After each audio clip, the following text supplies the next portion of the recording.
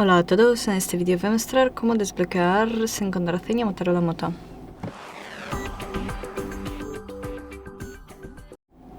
Pero primero, todos los métodos de este vídeo solo deben usarse en tu propio teléfono. Desbloquear un dispositivo que no te pertenece es ilegal. Y método primero, usar Google Find My Device. Si el teléfono estaba conectado a internet y tenía una cuenta de Google añadida.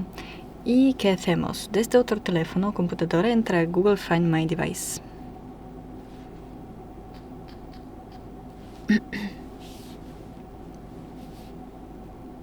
Inicia sesión con la misma cuenta de Google que estaba en el Motorola. Y aquí selecciona el dispositivo. Yo selecciono otro dispositivo porque tengo Motorola. Probemos otra vez.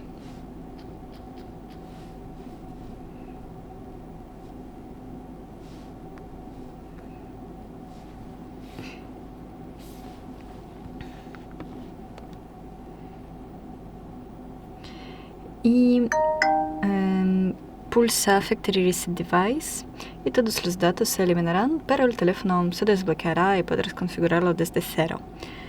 Luego método restablecimiento desde Recovery Mode. Si no tienes acceso a Find My Device, apaga completamente el teléfono. Y mantén presionados el botón de encendido y bajar volumen. Y espera que aparezca el menú.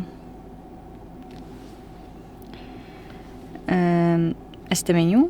Y en este menú usamos los botones de volumen para navegar.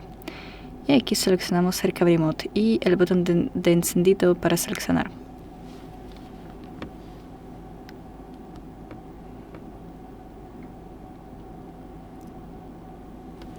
Luego mantén presionados el botón de encendido y subir volumen.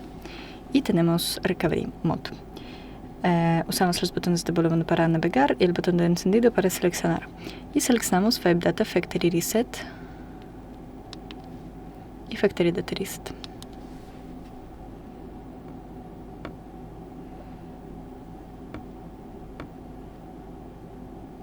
Y luego seleccionamos Reboot System Now.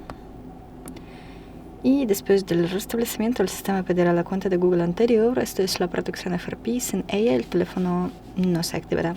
Eso es todo. Gracias por ver. Den like y suscríbanse a nuestro canal. Adiós.